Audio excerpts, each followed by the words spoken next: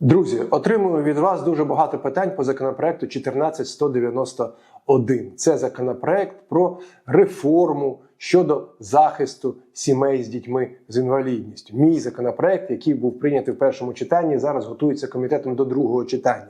На жаль, в дискусіях з Міністерством соціальної політики, Міністерством фінансів, Міністерством охорони здоров'я ми поки що не дійшли згоди щодо остаточного варіанту тексту цього законопроекту. Але ми працюємо над цим.